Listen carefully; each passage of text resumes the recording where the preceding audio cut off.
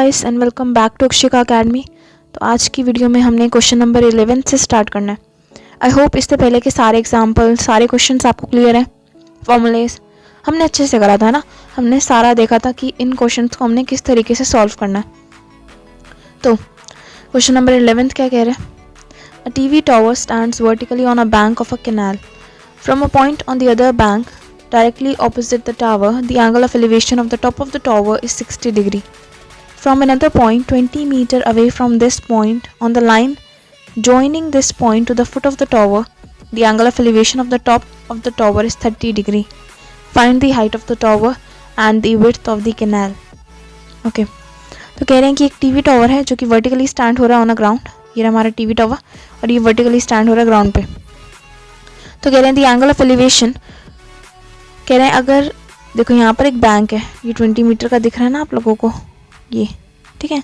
तो कह रहे हैं इसके एक पॉइंट से जो एंगल ऑफ एलिवेशन जा रहा है to the top of the tower वो बन रहा है आपका 60 डिग्री, ठीक है।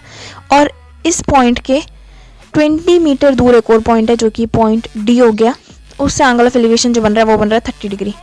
तो कह रहे हैं बताओ कि इसकी हाइट क्या होगी एंड इसकी टोटल विड्थ क्या होगी, ठीक है। तो इसलिए हमने क्या करना है, नेमिंग हमारी हुई पड़ी है, डायग्राम हमें ऑलरेडी गिवन है, जो चीज़ें हमें गिवन है वो मार्क्ड है ऑलरेडी डायग्राम में, ठीक है। तो हमें क्या करना है, जस्ट हमें देखना है कि हमें कौन सा ट्रायंगल यूज़ करना चाहिए अब। तो सबसे पहले तो हम ले लेते हैं इन ट्रायंगल ABC। ABC जो ट्रायंगल है उसमें लेते हैं, तो हम यहाँ लिखेंगे इन ट्रायंगल ABC।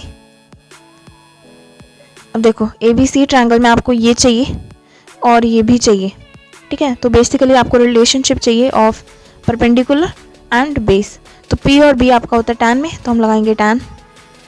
तो in triangle this tan theta is equal to P upon B। Theta की जगह आप क्या डालोगे, 60 डिग्री। यहाँ पर 60 डिग्री है क्योंकि इस ट्रायंगल के अंदर P हमारे लिए क्या है, AB P है और BC हमारा बेस है। ये हो गया। tan 60 की वैल्यू होती है √3, तो AB अपॉन BC, तो AB is equal to BC √3। ये आपको आंसर नहीं मिला, जस्ट एक इक्वेशन में लिया है ना, क्योंकि अभी तक हमें कुछ भी नहीं मिला।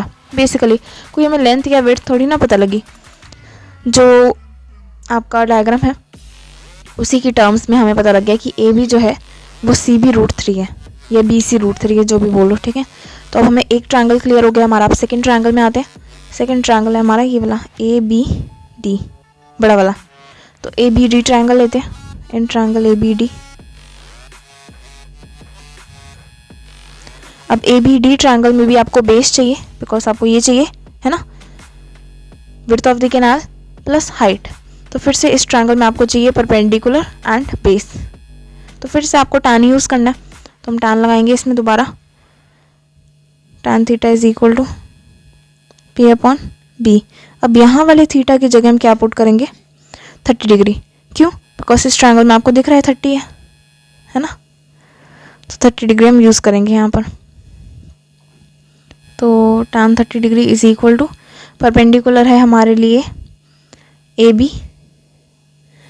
और बेस है हमारे लिए BD, ठीक है। तो AB और BD। तो tan 30 की वैल्यू होती है 1/√3। AB तो AB ही है। BD आपका क्या है, BD एक्चुअली में आपके दो चीज़ों का सम है, तो DC plus CB is equal to BD होता है। आप देख सकते हैं डायग्राम में, चेक करिए। BC, एक मिनट डायग्राम बहुत ज़्यादा वो हो गया है।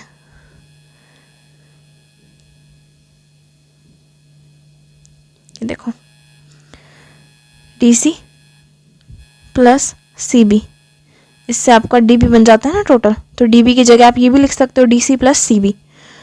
तो DC प्लस CB लिखेंगे यहाँ पर हम, ठीक है। अब AB को आप रिप्लेस कर सकते हैं, AB की जगह आप पुट कर सकते हैं BC √3, है कि नहीं, from equation number 1।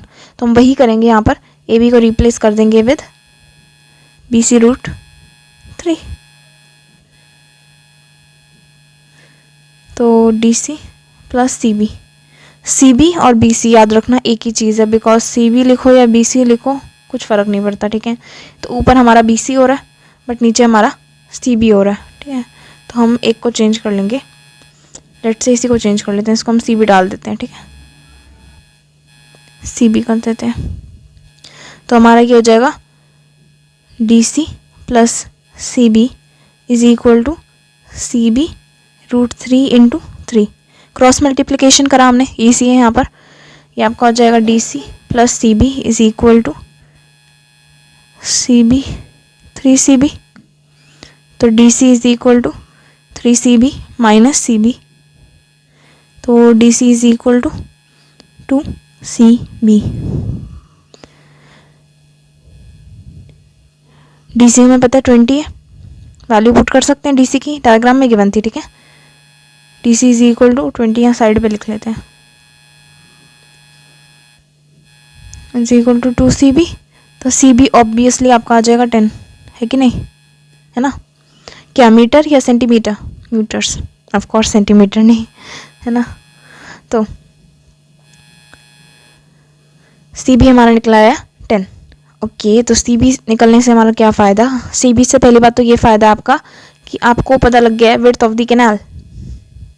Width of the canal is equal to DC plus CB, यहाँ लिख देते हैं, ये नीचे ही लिख देते हैं, चलो यहाँ लिखेंगे हम विड्थ ऑफ द कैनाल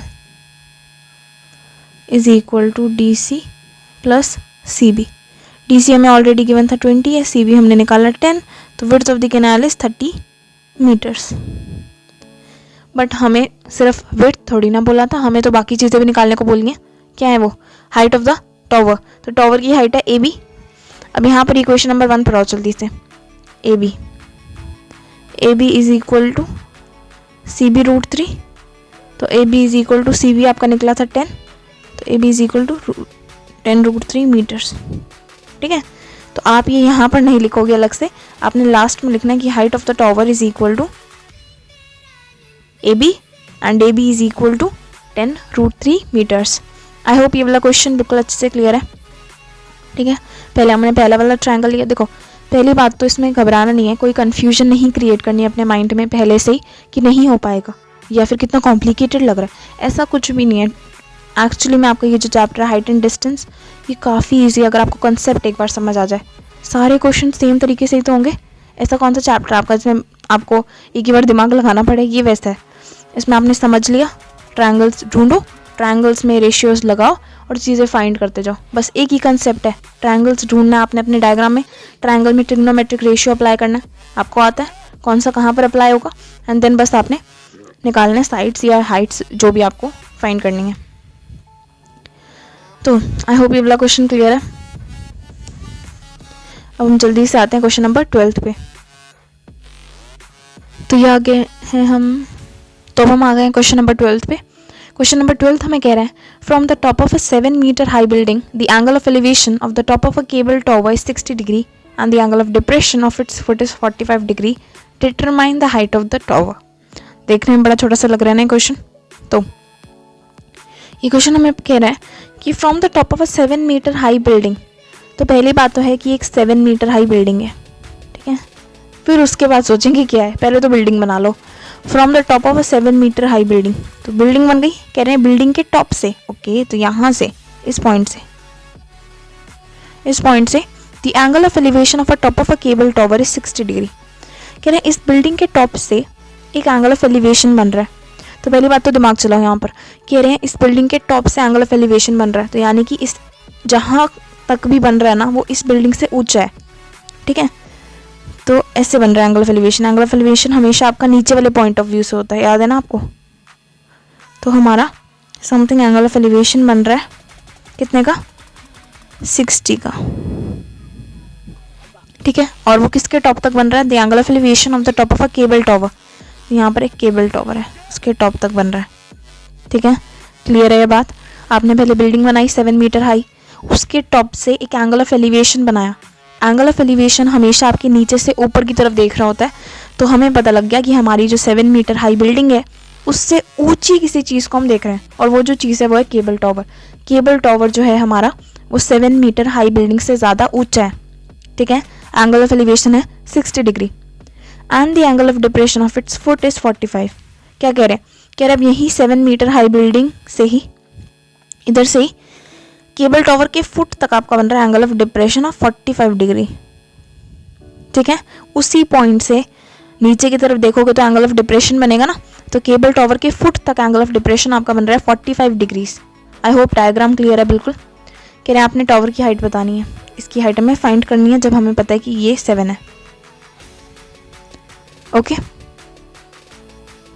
तो यहाँ पर मैंने एक साफ सुथरा डायग्राम बना लिया। डायग्राम की नेमिंग हमने कर दी है, बिकॉज नेमिंग बहुत इंपॉर्टेंट है। नेमिंग के बिना आप क्वेश्चन सॉल्व ही नहीं कर सकते, सारा कन्फ्यूजन क्रिएट हो जाएगा माइंड में। तो अब हमने क्या करना है, हमें ट्रायंगल दिख रहे हैं, हमने सिर्फ वो वाले ट्रायंगल लेने हैं जिनके अंदर एंगल्स हैं। ठीक है, बेसिकली, और उससे हमें फाइंड करना है AC, ये हमें फाइंड करनी है पूरी। अब देखो एक बात ध्यान रखो, यहाँ पर हमने ऐसे क्वेश्चंस, देखो बेसिकली क्या है कि NCERT में आपके जो भी हमने इससे पहले क्वेश्चंस करे हैं वो सारे जो उन सब में था ना वो इसमें है ही है। ठीक है, तो आपने पहले देखा था ऐसे कुछ क्वेश्चंस थे, हमने देखा था कि ये जो पार्ट है BC जो है ये आपका होगा 7। हमें पता है क्यों होगा 7, है ना, क्योंकि आपका BEDC ये आपका पैरेललोग्राम फॉर्म कर रहा है। तो आपका ED 7 है तो आपका BC भी 7 होगा। तो BC आपको मिला हुआ है 7 मीटर्स, आपने AB फाइंड करना है। सिंपल लैंग्वेज में AB फाइंड करोगे तो AC अपने आप ही निकलाएगा। और एक और चीज़ यहाँ पर जो हमें पहले से पता होनी चाहिए अगर आप इस क्वेश्चन पे बैठे हो तो, कि ये जो 45 डिग्री का एंगल है ये वाला, ये आपका एंगल ऑफ डिप्रेशन है। ठीक है, एंड ये एंगल ऑफ एलिवेशन है, इसीलिए ये लाइन की हॉरिजॉन्टल लाइन जो है उसके नीचे बनेगा। हॉरिजॉन्टल लाइन बनाना बहुत ज़रूरी है क्योंकि एंगल आपके कहीं ना कहीं तो टिकेंगे ही ना, ऐसे हवा में तो नहीं उड़ेंगे। तो इसलिए एंगल ऑफ एलिवेशन आपका हॉरिजॉन्टल लाइन के ऊपर and angle of depression horizontal line के नीचे। ठीक है, अब मुझे यहाँ पर 2 ट्रायंगल दिख रहे हैं जिनके अपने अपने एंगल है। पहला तो है मेरा ABE ये वाला एंगल ट्रायंगल, दूसरा है मेरा BEC। ठीक है, ये 2 ट्रायंगल मुझे दिख रहे हैं तो मैं इन्हीं 2 ट्रायंगल्स का यूज़ करूँगी। सबसे पहले हम ले रहे हैं इन ट्रायंगल ABE। तो इन ट्रायंगल ABE अब आपको क्या चाहिए, देखो आपको ये चाहिए। ठीक है, और ये निकालने के लिए आपको ये पार्ट चाहिए या फिर ये वाला पार्ट चाहिए। ये वाला तो निकालना मुश्किल है बहुत। ठीक है, क्योंकि इसके आसपास कुछ भी नहीं है जिससे हम ऑफ कोर्स ये निकाल सकें। तो हम निकाल सकते हैं BE को, और BE निकालने के लिए मेरे पास ये है। समझ रहे हो मैं क्या कह रही हूँ? देखो मैं कह रही हूँ हम पहले लेंगे ट्रायंगल BEC। ठीक है, BEC हमें पहले, बिकॉज BEC से हमें BC गिवन है, हम BE निकाल लेंगे, इसलिए हमें BEC पहले लेना है। ठीक है ना, समझ रहे हो ना? तो अब ये जो एंगल है इसके लिए मेरा ये क्या हुआ, उल्टा बना हुआ है। तो ध्यान से सोचना, ये जो एंगल है इसके लिए इसके सामने वाला हमेशा इसके लिए परपेंडिकुलर हो जाएगा। तो एक चीज़ तो हमें परपेंडिकुलर की नीड है, दूसरी ये एंगल जिस पे बना हुआ है वो बेस हो जाएगा। तो हमें बेस और परपेंडिकुलर की नीड है, तो tan लगेगा। तो हम लिखेंगे in triangle BEC, in triangle BEC tan theta is equal to perpendicular upon base, क्या लगेगा थीटा की जगह 45, क्योंकि इस ट्रायंगल में आपका 45 ही है। P क्या है? P है आपका, हमने बोला था अभी BC है, और B है हमारा BE, तो 1 होता है ये।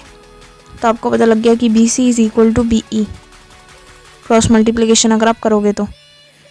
और यहाँ पर आपको फिर से कुछ निकला नहीं है, तो ये आपकी इक्वेशन है, इक्वेशन नंबर 1 आप इसे मार्क कर लोगे। अब हम आते हैं दूसरे ट्रायंगल में जो कि हमारा वाइट में हमने मार्क करा था, AEC, सॉरी AEB या BEA, क्या बोले BEA, AEB बोलते हैं, चलो in triangle AEB।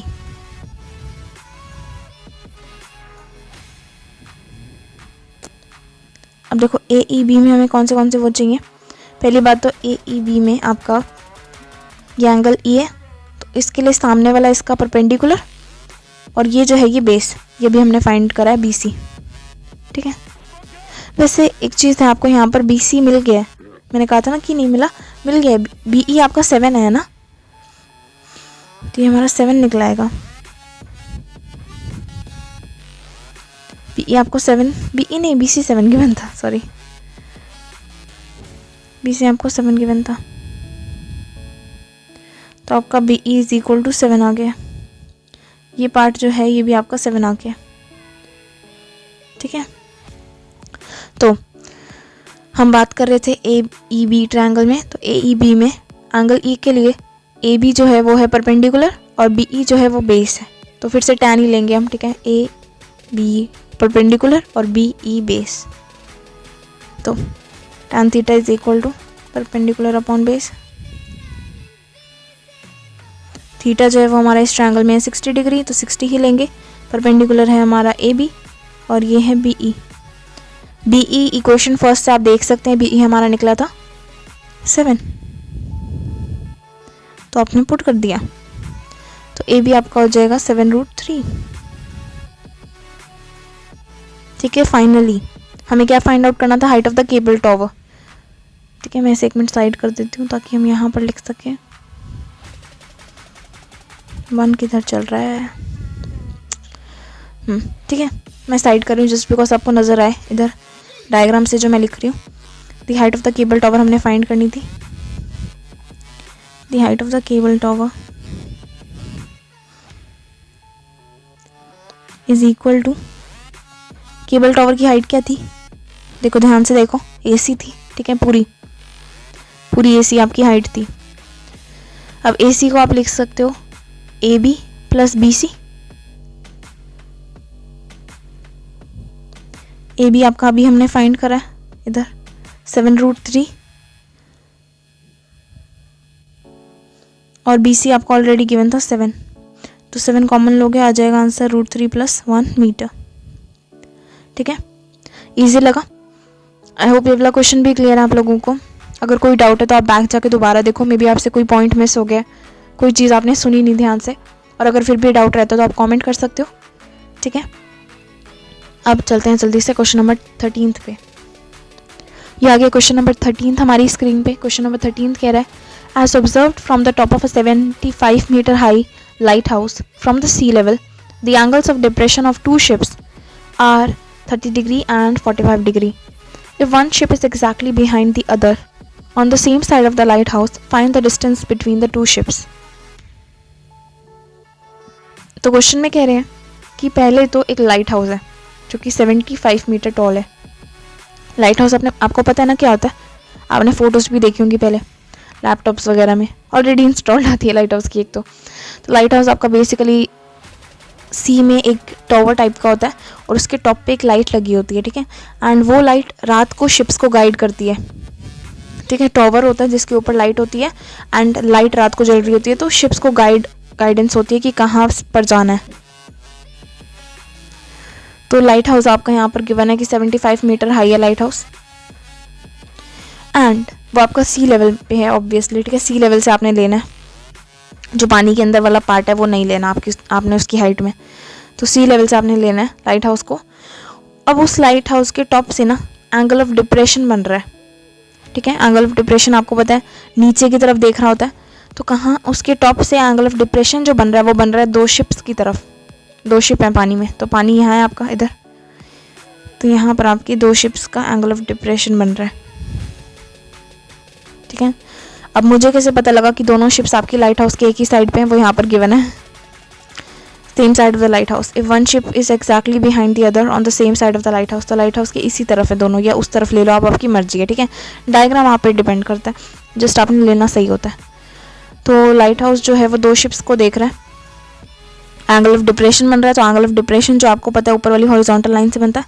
Angle of depression हमारा 30 डिग्री एंड 45, ठीक है। तो ये होगा 30 डिग्री एंड ये होगा 45 डिग्री। ये आपका डायग्राम है, आपने बताना है कि इन 2 शिप्स के बीच में कितना डिस्टेंस है। सिर्फ ये जो पिंक वाला पार्ट है ये आपने बताना है। क्वेश्चन क्लियर है आई होप, इसमें आपका डायग्राम क्लियर है आई होप। नया सा डायग्राम बनाते हैं, तो ये आ गया हमारा अच्छा सा डायग्राम। डायग्राम को मैंने नेमिंग दे दी है, जो मेरा लाइट हाउस है उसको मैंने नाम दे दिया है ए बी। मेरी पहली शिप है सी, दूसरी शिप है डी, ठीक है। डायग्राम आई होप क्लियर है। एक चीज़ अब हमें यहाँ पर करनी पड़ेगी, आपके जो ऊपर एंगल्स के बना है ये आपके एंगल ऑफ डिप्रेशन है, ठीक है। तो बेसिकली ये जो एंगल्स हैं ये आपके किसी ट्रायंगल के अंदर नहीं पड़ रहे, एंगल ऑफ डिप्रेशन नहीं पड़ते ट्रायंगल के अंदर, तो आपको ट्रायंगल के अंदर लाना पड़ेगा बाय आपका ऑल्टरनेट इंटीरियर एंगल। तो ये जो एंगल है 30 डिग्री वाला आपको दिख रहा है, इस ट्रायंगल के साथ जोड़ रहा है ना, ये वाला जो ट्रायंगल है, तो इसीलिए ये जो होगा ये आपका 30 डिग्री का होगा।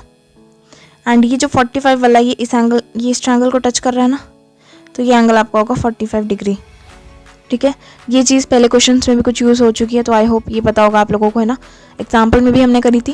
एंगल ऑफ डिप्रेशन हमेशा आपकी ऊपर वाली हॉरिजॉन्टल लाइन से बनते हैं, बट वो ट्रायंगल के अंदर नहीं आते, तो ऑल्टरनेट कर आपको ट्रायंगल के अंदर करना होता है उन्हें। ठीक है, ऑल्टरनेट ऐसे ही होता है ना, ऑल्टरनेट इंटीरियर एंगल। आपकी ये दो पैरेलल लाइन्स है, ये ट्रांसवर्सल है, ये एंगल इसके इक्वल होता है ऑल्टरनेट। वही यहाँ पर करा मैंने, ये मेरी ऐसे डॉटेड लाइन थी, ये मेरा 30 डिग्री था, तो मैंने इसको भी 30 कर दिया। ठीक है, ऑल्टरनेट यूज़ करा हमने यहाँ पर। अब जो हमारे एंगल्स हैं वो ट्रायंगल के अंदर आ गए हैं, तो जस्ट हमें दो ट्रायंगल के बिना साफ साफ पता लग रहा है। एक तो ये वाला बड़ा वाला और एक है ये छोटा वाला। ठीक है, कभी भी याद रखना, कभी भी आपने ये वाला ट्रायंगल नहीं लेना। ADC ट्रायंगल जो है वो आप कभी भी नहीं ले सकते। क्यों? बिकॉज ADC में 90 डिग्री का एंगल नहीं है। आप हमेशा ट्रिगो हाइट एंड डिस्टेंस में वही ट्रायंगल्स लेते हो जिनका 90 डिग्री, जो कि राइट एंगल है। ठीक है, तो ADC तो आप कभी ले ही नहीं सकते, सोचना भी मत। दोनों ट्रायंगल आपने 90 डिग्री से बनाने हैं, तो एक तो ये हो जाएगा और एक ये पूरा हो जाएगा। ठीक है, तो अब इन दो ट्रायंगल का नेम हमें पता है, एंगल्स हमें पता है, जस्ट हमने देखना है कि कौन सी ट्रिग्नोमेट्रिक रेशियो लगेगी। तो ट्रिग्नोमेट्रिक रेशियो साफ पता लग रही है हमारे पास, दोनों एंगल्स के हिसाब से परपेंडिकुलर है और बेस हमें फाइंड करना है, तो tan लगेगा। तो पहले तो हम ले रहे हैं इन ट्रायंगल ABC, हम लिखेंगे in triangle ABC tan theta is equal to P/B। Theta क्या लगाएंगे, ध्यान से देखो, ABC में आपका थीटा है 45 डिग्री, है ना। तो tan 45 डिग्री परपेंडिकुलर है हमारा AB एंड बेस है हमारा BC। tan 45 की वैल्यू होती है 1, AB हमें गिवन है 75, BC नहीं गिवन, BC हमें फाइंड करना है, तो BC is equal to 75 meters. ठीक है, यहाँ तक क्लियर? ओके, आगे अब कौन सा ट्रायंगल लेना है हमने, ABD। ठीक है, बड़ा वाला 90 डिग्री, ये 90 डिग्री है, तो ABD आपने लेना है। तो हम ले रहे हैं इन ट्रायंगल ABD। tan ही लगेगा, हमने पहले ही देख लिया था। थीटा क्या लगेगा यहाँ पर, थीटा हमारा लगेगा 30 डिग्री। ठीक है, थीटा क्या है 30।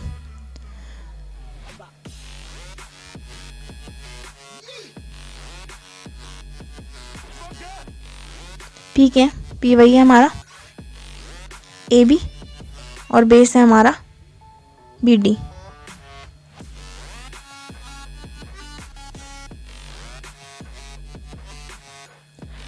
tan 30 डिग्री की वैल्यू होती है 1/√3।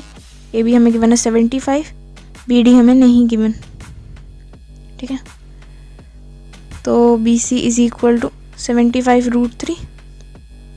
अब एक चीज़ आप यहाँ पर मिस कर गए, मैं आपको बताऊँ, BD जो है BC क्यों लिख दिया हमने, BD है ये, यहाँ पर गलती हो गई। जो चीज़ हमने मिस करी है वो ये कि BD जो है ये आपका एक्चुअली में है BC प्लस CD। BD जो है BD is equal to BC plus CD, दिख रहा है आपको डायग्राम में, है ना। तो यहाँ पर अप्लाई कर सकते हैं BD की जगह BC प्लस CD। अप्लाई करना इजी है, आसान है, मना भी नहीं कोई करता, सही है, बिल्कुल बिल्कुल सही है ये। तो आप अप्लाई करेंगे। BC हमने अभी ऊपर निकाला था, निकला था 75, और हमें एक्चुअली में CD तो फाइंड करना है ना, तो यहीं पर CD फाइंड कर लो, आगे जाके अलग से स्टेप करने की क्या ज़रूरत है, यहीं से इसी से CD आपका आ जाएगा। 75√3 माइनस 75 को कॉमन लेंगे आप, तो आ जाएगा √3 माइनस 1, ये हमारा आंसर। CD कैसे फाइंड करना था, CD तो बोला था, कह रहे थे distance between the two ships, find the distance between the two ships. एक शिप थी मेरी C, एक थी D, तो CD तो फाइंड करना मैंने। ठीक है ना, आई होप ये वाला क्वेश्चन भी क्लियर है आप लोगों को अच्छे से। अब जल्दी से आते हैं क्वेश्चन नंबर 14 पे। तो ये आ गया क्वेश्चन नंबर 14 हमारी स्क्रीन पे। क्वेश्चन नंबर 14 कह रहा है A 1.2 meter tall girl spots a balloon moving with the wind on a horizontal line at a height of 88.2 meter from the ground. तो कह रहे हैं एक गर्ल है जो कि है 1.2 मीटर टॉल. अच्छी बात है, इसका फिगर ऑलरेडी हमें गिवन है. तो ये रही गर्ल और ये है 1.2 मीटर टॉल. अब इससे दिख रहा है कि एक बैलून जो है वो आपका हॉरिजॉन्टल लाइन में उड़ रहा है. हॉरिजॉन्टल यानी कि सीधा जा रहा है, नीचे नहीं जा रहा, ऊपर नहीं जा रहा, वो सीधा चलता जा रहा है ना. तो अभी 2 बैलून है. बैलून एक्चुअली में एक ही है, बस वो आपको पोजीशन दिखा रहे हैं. पहले यहाँ पर था, पहले वो यहाँ पर था एंड देन सीधी लाइन में चल के वो यहाँ पर पहुँच जाता है. फिलहाल हम इसी बैलून की बात करते हैं जो आपका आगे वाला है. तो उसे दिख रहा है कि एक बैलून है जो कि उड़ रहा है एट द हाइट ऑफ 88.2. ठीक है. कह रहे हैं the angle of elevation of the balloon from the girls eyes at any instance is 60. तो कह रहे हैं अभी के टाइम पे उसकी आई से जो एंगल ऑफ एलिवेशन बन रहा है इस बैलून का वो बन रहा है 60 डिग्री का. तो आपको ये ट्रायंगल है, इसका बन रहा है 60 डिग्री. ठीक है. अब देखो यहाँ पर एक चीज़ है, मैं अभी बता दूँ ये कि उसकी आई से बन रहा है, उसकी खुद की हाइट है 1.2 और बैलून की ग्राउंड से हाइट है 88.2. ठीक है. तो उसकी आई से जो एंगल ऑफ एलिवेशन बन रहा है वो जो एक्चुअल ट्रायंगल है उसकी हाइट हो जाएगी 87. कैसे? ग्राउंड से जो बैलून की हाइट है उसमें से गर्ल की हाइट माइनस करोगे बिकॉज तो उसकी आंखों से एंगल ऑफ एलिवेशन है ना, तो 87 आ जाएगा. तो उसकी आंखों से जो ट्रायंगल बन रहा है ना उसकी हाइट 87. आई होप ये क्लियर है यार. अभी मैं दोबारा बताऊंगी. ठीक है. तो कह रहे हैं कि after some time the angle of elevation reduces to 30 degree. तो कह रहे हैं कुछ समय बाद अब बैलून आगे चलता चला गया, यहाँ तक पहुँच गया, तो तब उसकी आंखों से जो एंगल ऑफ एलिवेशन बना बाद में वो बना 30 डिग्री का. कह रहे हैं find the distance travel by the balloon during the interval. तो कह रहे हैं बैलून ने कितना डिस्टेंस ट्रैवल करा ड्यूरिंग द इंटरवल. तो इंटरवल का मीनिंग यहाँ से यहाँ तक. ठीक है. गर्ल यहाँ खड़ी थी, हमें गर्ल से मतलब नहीं है, उसने कितना डिस्टेंस ट्रैवल कर लिया. पहले वो यहाँ था, देन वो यहाँ पहुँच गया, तो ये कितना हुआ. ठीक है ना. क्वेश्चन क्लियर है. तो अब जो बात मैं पहले बोल रही थी कि हाइट वाइट वाली, वो यहाँ देखो कैसे होगा. ये रहा बैलून, बैलून की हाइट है 88.2. गर्ल यहाँ पर खड़ी है, गर्ल की खुद की हाइट है 1.2. गर्ल की आंखों से एंगल बन रहा है 60 डिग्री का. तो गर्ल की आंखें यहाँ पर है क्या? नहीं, गर्ल की आंखें यहाँ पर इधर. तो यहाँ से ट्रायंगल शुरू होगा, है ना. तो ये हमारा ट्रायंगल हुआ. पर हमें जो ये 88.2 पता थी हाइट, ये तो पूरे पिंक वाले की पता थी. तो वाइट वाले की कितनी होगी? वाइट वाले की ऑब्वियसली होगी 88.2 में से 1.2 निकाल दिया, -1.2. तो वाइट वाले की हाइट है 87. क्लियर है. ये पूरा था 88.2, ये छोटा सा पार्ट था 1.2. तो ये कितना होगा? ये होगा 87. ठीक है ना. ये आपका ट्रायंगल है. ओके, क्लियर है. अब हम ट्रायंगल बनाएं या फिर इसी की हेल्प लें? चलो इसी की हेल्प लेते हैं. चलो बना लेते हैं. ये बन गया हमारा डायग्राम. थोड़ा टेढ़ा है तो प्लीज़ डोंट माइंड. आप अपनी कॉपी में सीधा बनाना, यहाँ पर लाइंस नहीं है. नेमिंग दे देते हैं इसे जल्दी से. तो इस ट्रायंगल में मैंने नेमिंग दे दी है. जो भी कुछ मुझे पता था वो मैंने सब कुछ लिख दिया. नेम दे दिया मैंने ट्रायंगल को ABCDEFGH. ठीक है. सारे पॉइंट्स जो थे उनको नेम दे दिया मैंने. ये मैंने 88.2 लिख दिया पूरा जो लेंथ है. इसकी हाइट लिख दिया 1.2. एंड बेसिकली याद रखना कि GH एंड FE ये आपका 88.7 है. लिख देते हैं यहाँ पर ओनली GH एंड FE 87 है. ठीक है. केस से भी हम ट्रायंगल में लिखेंगे. पहले तो हमें कौन से 2 ट्रायंगल की बना? एक तो ये रहा AHG और AEF. ठीक है. ये जो पार्ट है, ये जो नीचे वाला पार्ट है, ये हमारे यूज़ का नहीं है. ये वाला पार्ट नहीं है हमारे यूज़ का. हमें सिर्फ ऊपर वाले ट्रायंगल देखने हैं. तो याद रखना एक और चीज़, AH आपका BC के इक्वल है और HE आपका CD के इक्वल है. ठीक है. जस्ट कि आगे हमें फाइंड करना आपका distance between the balloon, distance the balloon travelled. तो आप HE भी ले सकते हो एंड CD भी ले सकते हो, नो प्रॉब्लम. दोनों ही आपके डिस्टेंस है ना. बट HE लेंगे हम, HE ही लेंगे हम बिकॉज HE ही हमारा ट्रायंगल के अंदर पड़ रहा है. तो पहली बात तो हम लिखेंगे इन ट्रायंगल AGH लेते हैं पहले वाला जो ट्रायंगल है इसमें हमें परपेंडिकुलर पता है 87, बेस हम निकाल लेंगे। तो हम लिखेंगे इन ट्रायंगल AGH। पहले तो हम यहाँ लिखेंगे AGH में GH is equal to GC minus HC। GC था हमारा 88.2, माइनस करेंगे गर्ल की हाइट तो आ जाएगा 87। ठीक है, देन हम लगाएंगे tan theta is equal to P upon B। Theta क्या लगाएंगे, थीटा है इस ट्रायंगल के लिए 60, परपेंडिकुलर है GH एंड बेस है AH। अगर आप इस क्वेश्चन पे अभी तक हो ना तो यार आपको ये अभी तक ये कैलकुलेट करना आ गया होगा आई होप कि हाइट क्या है बेस क्या है। तो ये आपका होता है √3, GH है अभी आपका 87, हमने अभी ऊपर निकाला, तो AH आपका हो जाएगा 87√3। इक्वेशन 1 मान लेते हैं इसे। 87√3 हमारा आ गया AH, ये वाला पार्ट। अब हम ले रहे हैं दूसरा ट्रायंगल, कौन सा, AFE। In triangle AFE, in triangle AFE फिर से आपका tan ही लगेगा बिकॉज आपको पता है परपेंडिकुलर है, सॉरी परपेंडिकुलर हाँ है और बेस चाहिए, तो परपेंडिकुलर और बेस आपका tan में ही मिलता है आपको। तो tan theta is equal to P upon B। Theta क्या लगेगा, इस ट्रायंगल के लिए जो आपका थीटा है वो है 30 डिग्री।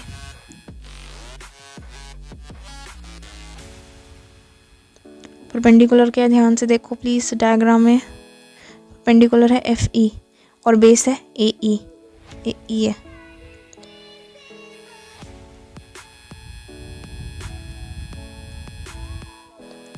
(1/√3) FE 87 है और AE जो है अगर आप ध्यान से देखो तो AE is equal to, diagram में देखो तो AE is equal to AH plus HE दिख रहा है आपको डायग्राम में। AE is equal to AH plus HE। ठीक है, तो यहाँ पर पुट कर सकते हैं।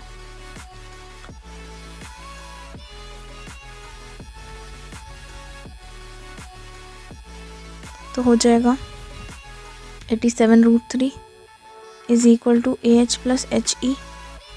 फंस गए, नहीं फंसे, AH अभी हमने निकाला है ऊपर, 87√3 है।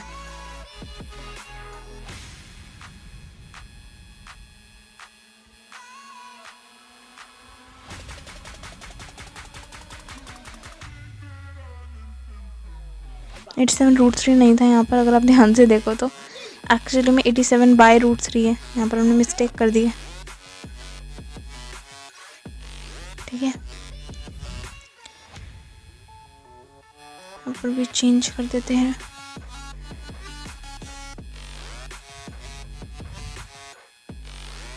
आई होप कोई कंफ्यूजन क्रिएट नहीं हुई। ठीक है, बाय मिस्टेक हमने लिख दिया होगा 87√3। ओके, एलसीएम लेंगे तो ये हो जाएगा 87 × 3 minus 87 is equal to HE। तो 87 × 3 आपका होता है 261 minus 87/√3 is equal to HE। HE पता है क्या है, the distance travel by the balloon, जो कि हमें फाइंड करना है वही है वो। ये हो जाएगा 164 divided by √3 is equal to HE। Divided by √3 है तो ऐसे नहीं छोड़ते, इसका वो ले लेते हैं, रैशनलाइज कर देते हैं इसे। रैशनलाइज करके आपका आंसर आ जाएगा ये जो 3 है आपका कट जाएगा 58 पे, तो आंसर आ जाएगा 58√3 is equal to HE। HE मैं दोबारा बोल रही हूँ, हमारा HE है डायग्राम के हिसाब से the distance travelled by the balloon. ये ना देखो यही तो है, इतना ही तो गया वो है ना। The distance travelled by the balloon is equal to 58√3 लिख देते हैं यहाँ पर लास्ट में।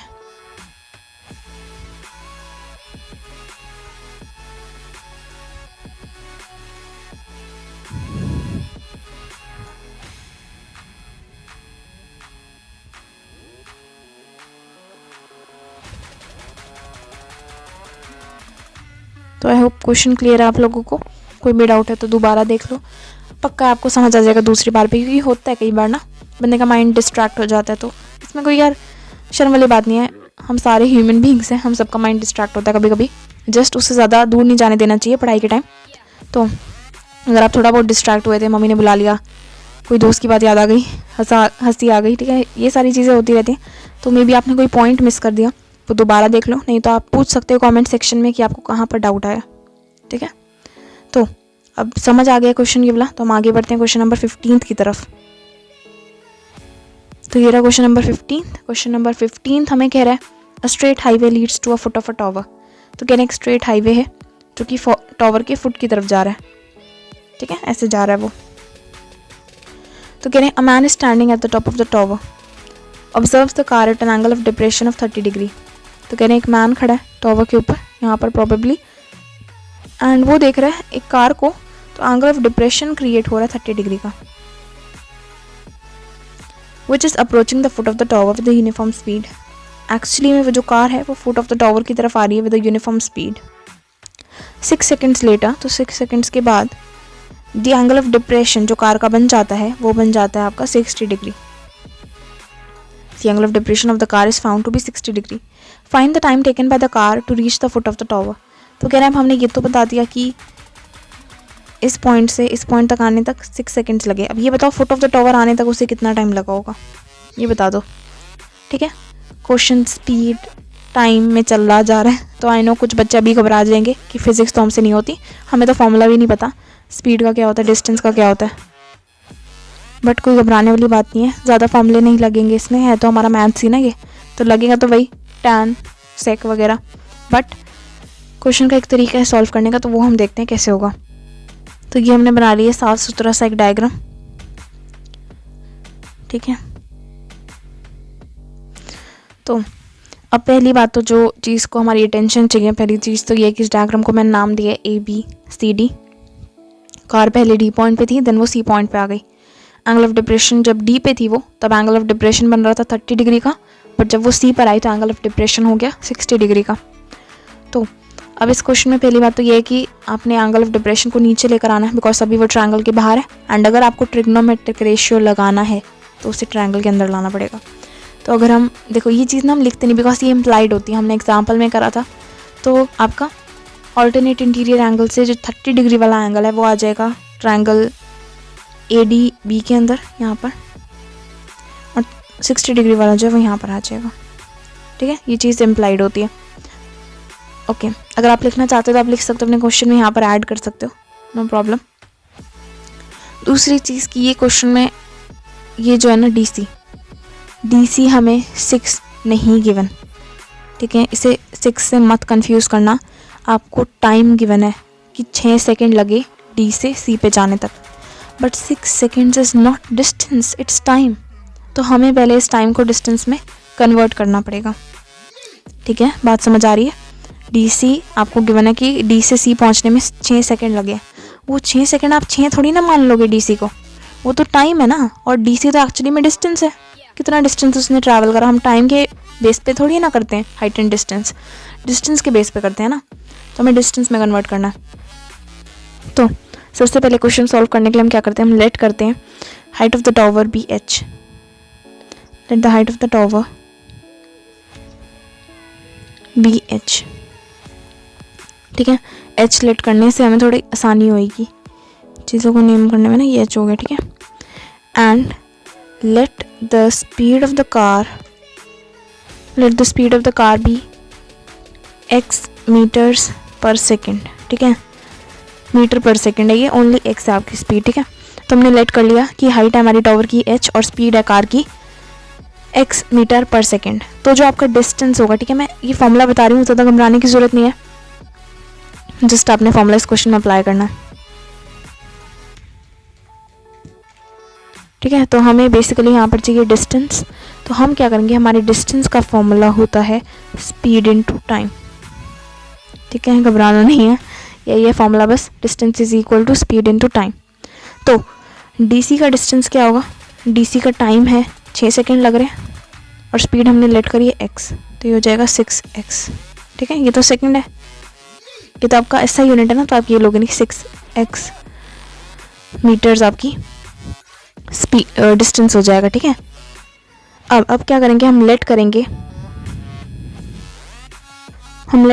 टाइम। देखो यहाँ पर जो था हमें टाइम गिवन था 6 सेकेंड्स, तो हमें इधर का टाइम भी लेट करना पड़ेगा बिकॉज हमें फाइंड करना है। तो लेट द टाइम टेकन, ठीक है, मैंने लेट करा, let the time taken by the car to move from C to B be T seconds. ये आपका 6 सेकेंड गिवन था आपको, ये देखो ये जो पार्ट था ये आपको गिवन था 6 सेकेंड्स, ये है टी सेकेंड्स, ठीक है, बट ये टाइम है दोनों। हमने इसका डिस्टेंस निकाला 6x, तो इसका डिस्टेंस हो जाएगा tx, क्योंकि स्पीड तो x है और स्पीड यूनिफॉर्म है। हमें क्वेश्चन में गिवन है कि यूनिफॉर्म स्पीड है, यानी कि जो स्पीड आपकी d से c के बीच में थी वही c से b के बीच में होगी। तो dc का डिस्टेंस आ गया 6x और इसका डिस्टेंस आ गया tx, ठीक है, ये बस आपने याद रखना है। अब क्या करेंगे, बस हमारा ट्रिको वाला काम करना है। हमने लेने हैं 2 ट्रायंगल। पहला हम ले रहे हैं ABC, ठीक है, तो in triangle ABC, triangle ABC में कौन सा ट्रिग्नोमेट्रिक रेशियो लगेगा, tan, बिकॉज h है आपका परपेंडिकुलर और बेस आपको चाहिए तो tan लगेगा। तो tan theta is equal to P upon B। Theta कितना लेंगे हम, इस ट्रायंगल का थीटा आपका 60 डिग्री, परपेंडिकुलर है आपका AB अपॉन BC, ठीक है, ये होता है आपका √3। AB हमने लेट करा है h और BC हमने देखा है हमारा हो जाएगा tx, ठीक है। यहाँ पर मैं लिख देती हूँ अगर आप लोग चाहते हो तो, 1 मिनट, ठीक है। यहाँ पर मैंने आपका डिस्टेंस BC का तो लिखा था, CB का भी लिख देते हैं।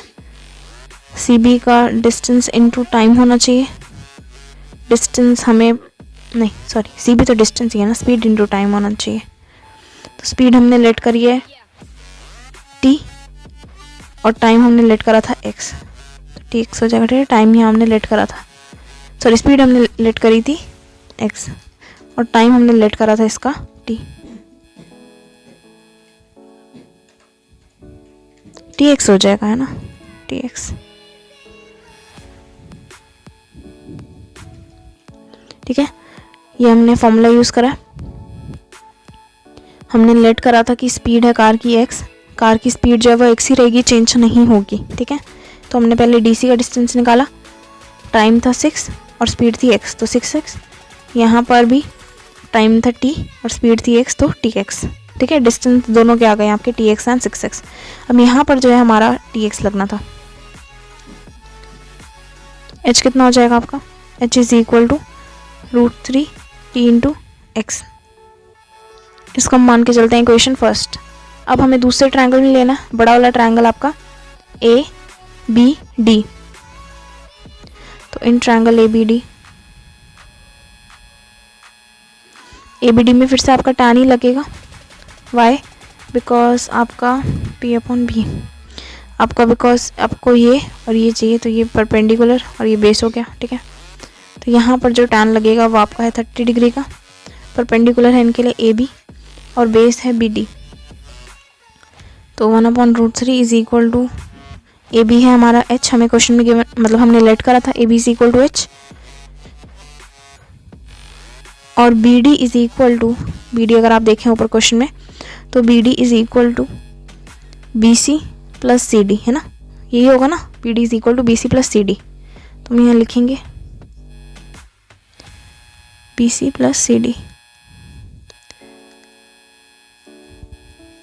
BC कितना था, BC है हमारा tx और ये है हमारा 6x,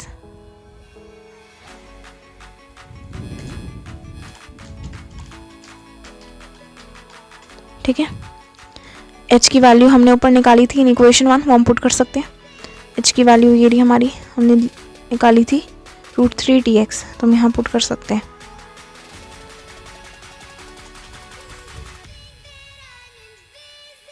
हम लिख सकते हैं फ्रॉम फर्स्ट, क्रॉस मल्टीप्लाई कर लेंगे तो आ जाएगा 6x plus tx is equal to √3 tx into √3, तो आ जाएगा 6x plus tx is equal to 3tx। तो 6x is equal to 3tx minus tx, tx एक ही टर्म है ना एक तरीके का, तो कट सकता है। तो यहाँ आ जाएगा 6 इज इक्वल टू 2tx बन जाएगा, x दोनों साइड पे कॉमन है, कट सकता है। तो आपका आ जाएगा 6 into 6 is equal to 2t, तो 6/2 इज इक्वल टू t, तो t इज इक्वल टू 3। अब t क्या था, t तो हमने निकाल लिया 3, पर t था क्या, टी हमने लेट करा था, हमने लिखा नहीं था है ना, लिख लेते हैं लेट टी बी, लिखा था हमने, ये लिखा ना, हाँ ये रहा, टी हमने लेट करा था टाइम टेकन, ठीक है। और हमें क्या निकालना था, हमें टाइम टेकन ही तो निकालना था, फाइंड द टाइम टेकन। तो टाइम टेकन कितना, हमारा टी निकला है 3, पर हमेशा जो हमने क्वेश्चन पढ़ा था तो बात हो रही थी सेकंड्स की, है ना, 6 सेकंड लगे, तो ये जो हमारा 3 है ये भी सेकंड्स में है। तो time taken by the car is equal to 3 seconds. पूरी लाइन आप लिखोगे, ऐसे नहीं लिखना, ठीक है। आई होप ये क्वेश्चन क्लियर है। जिनको नहीं क्लियर एक बार दोबारा देख लेते हैं।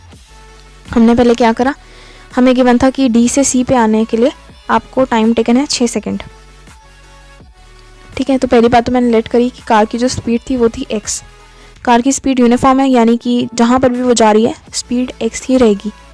तो उससे मैंने डी सी का डिस्टेंस निकाला, distance is equal to speed into time, speed मैंने x लेट करी है, टाइम मुझे गिवन था 6, तो मेरा यहाँ का डिस्टेंस हो गया है 6x। ये clear.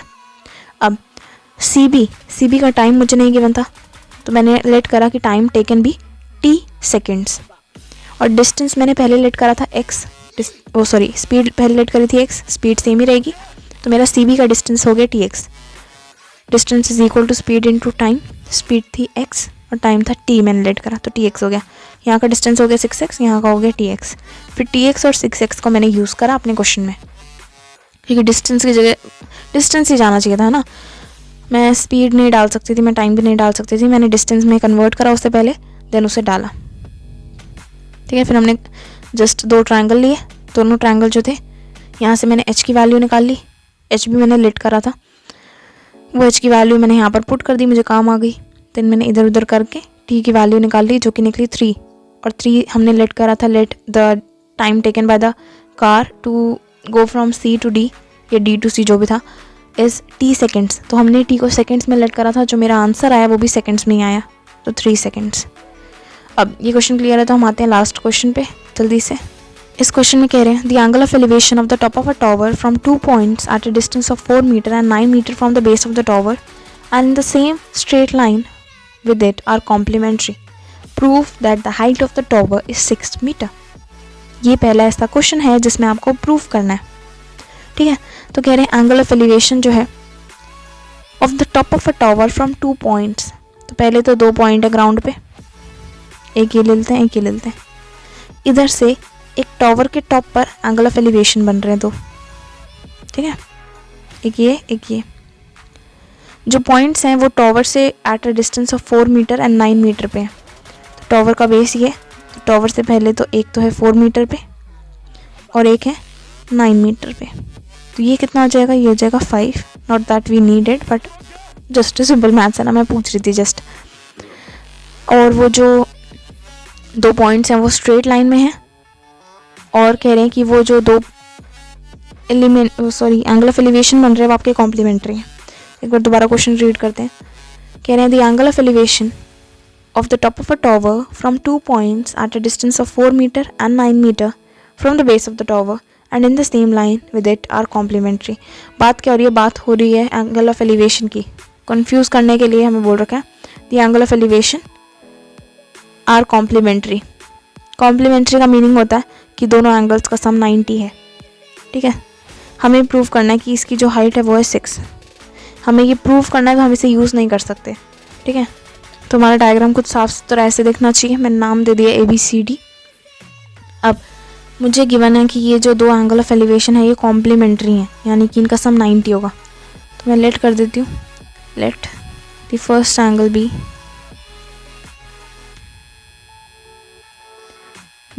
Theta and second angle be. अगर फर्स्ट थीटा है तो सेकंड क्या होगा, 90 माइनस थीटा, क्योंकि दोनों का सम 90 है। ये एंगल प्लस ये एंगल इज इक्वल टू 90 है। मैंने आपको बोल दिया ये एंगल थीटा है, तो ये क्या होगा, 90 माइनस थीटा ही तो होगा, है ना, ठीक है। फर्स्ट एंगल मैंने लेट कर लिया थीटा, नेक्स्ट आ जाएगा 90 माइनस थीटा। तो हम यहाँ जस्ट क्लैरिटी के लिए नाम भी दे देते हैं कौन सा हमने लिया है। तो मैंने थीटा लिया है ADB वाले को, एंड मैंने 90 माइनस थीटा लिया ACB वाले को, ठीक है, ADB वाले को मैंने लिया थीटा, इसको मैंने लिया 90 माइनस थीटा। क्लियर है यहाँ तक? अब क्या करना है, जस्ट हमें ट्रिग्नोमेट्रिक रेशियो लगानी है। तो उसके लिए मैं पहले ट्रायंगल ले रही हूँ, इन ट्रायंगल ABC वाला ले रही हूँ मैं ट्रायंगल, यानी कि ये वाला, ठीक है। इसमें परपेंडिकुलर और बेस है, ठीक है ना। देखो एक चीज़ याद रखना, देखो पहली बात तो ये समझ आया कि परपेंडिकुलर और बेस है, क्योंकि बेस हमें गिवन है, परपेंडिकुलर हमें प्रूव करना है। तो जो दो का रिलेशनशिप आ रहा है वो है परपेंडिकुलर और बेस, वो हमारा आता है tan थीटा में, तो हम tan ही लगाएंगे। अब जो बात मैं बोलना चाह रही थी वो ये है कि ये हमें 6 मीटर प्रूफ करना है, तो हम ये यूज़ नहीं कर सकते। हमारे लिए ये क्या है, हमारे लिए ये h है, ठीक है। Let the height be h, क्योंकि आपको बोल रहे हैं प्रूफ करो, इसका मतलब अभी हमारे पास नहीं है तो मैंने लेट कर लिया कि let the height be h meters. नहीं है ना, तो मैंने लेट कर लिया, जब तुमने दी नहीं तो लेट ही करूँगी ना मैं, तो फिर 10 मीटर आ गया, हमने लेट करा, ठीक है। तो हमने लगाया यहाँ पर tan थीटा आपका है 90 माइनस थीटा, याद रखना। P है हमारा AB और ये है हमारा BC, ठीक है। अब tan 90 माइनस थीटा, अगर आपको फॉर्मूला याद हो अपने पहले चैप्टर से, जो आपका चैप्टर 8 था, tan 90 माइनस थीटा होता है cot थीटा, ठीक है। AB हमने लेट करा है h, BC हमें गिवन है 4, इसे हम मान के चल रहे हैं इक्वेशन फर्स्ट। या फिर हम एक और काम कर सकते हैं, हम h की वैल्यू निकाल सकते हैं। h की वैल्यू मैं अगर निकालूं तो आ जाएगी cot into 4, cot theta into 4, ठीक है। ये हमारा हो गया फर्स्ट इक्वेशन। बस काम खत्म इस ट्रायंगल का। अब आते हैं दूसरे ट्रायंगल में, बड़ा वाला जो है हमारे पास ABD, ठीक है। इन ट्रायंगल ABD फिर से ये आपने फाइंड करना है, प्रूव करना है, और नीचे वाला आपको गिवन है, तो परपेंडिकुलर और बेस यानी कि tan। तो हम यहाँ लेंगे in triangle ABD tan theta is equal to P upon B। कितना है tan थीटा ही है ना थीटा ही लगाएंगे, क्योंकि यहाँ पर थीटा ही गिवन है हमें। ये रहा AB अपॉन BD, P है AB और ये है BD। tan थीटा तो tan थीटा ही है, ये हमने h लेट करा है, और ये हमारा 9। h की वैल्यू कितनी आ जाएगी, tan थीटा इंटू 9। ये हमारा हो गया सेकंड इक्वेशन। जब आपकी दोनों इक्वेशन निकल आए तो आपने क्या करना है, आपने तो एक काम करते हैं, हम यहाँ पर इसे ना h की वैल्यू नहीं निकालते, जो हमने पहले निकाली थी वही निकालते हैं। हमारी पहली क्या निकली थी, यही निकली थी ना, जो इससे ऊपर वाली है, वही देखते हैं। और कॉम्प्लिकेटेड हो जाएगा क्वेश्चन अगर हम इसे करेंगे तो। ये हमारा फर्स्ट, ठीक है। और यहाँ पर भी tan की वैल्यू ले लेते हैं।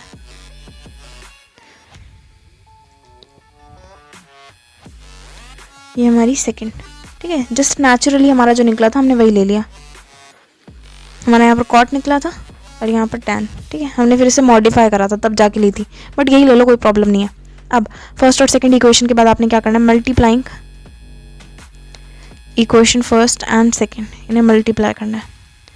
तो आपको पता है राइट हैंड साइड वाले राइट हैंड साइड मल्टीप्लाई होंगे, लेफ्ट हैंड साइड वाले लेफ्ट हैंड साइड मल्टीप्लाई होंगे। cot theta into tan theta is equal to h upon 4 into h upon 9। tan into cot theta ये आपका होता है 1, अगर आपको याद हो तो लिख लो ये फॉर्मूला, अगर नहीं याद तो tan theta into cot theta is equal to 1, ठीक है। ये हो जाएगा आपका h square upon 36, 36 is equal to h square, तो h is equal to plus minus 6, but height है तो प्लस ही होएगी, तो h is equal to 6। Hence proved, हमें प्रूव करना था कि हाइट 6 है, हमने प्रूव कर दी, ठीक है। क्लियर। तो अब हमने इस एक्सरसाइज में जो भी क्वेश्चन बचे थे वो सारे कंप्लीट कर लिए। आई होप आपको सारे क्लियर हैं। अगर नहीं है तो प्लीज़ आप एक बार और वीडियो देख सकते हो, मेरे चैनल पे ही पड़ी हुई है, मैं वापस नहीं ले रही, ठीक है, वहीं पर है, गायब नहीं होएगी। जब भी मन करे आप देख सकते हो, नहीं तो आप डाउट छोड़ सकते हो, आपको कहाँ पर डाउट आ रहा है, ठीक है।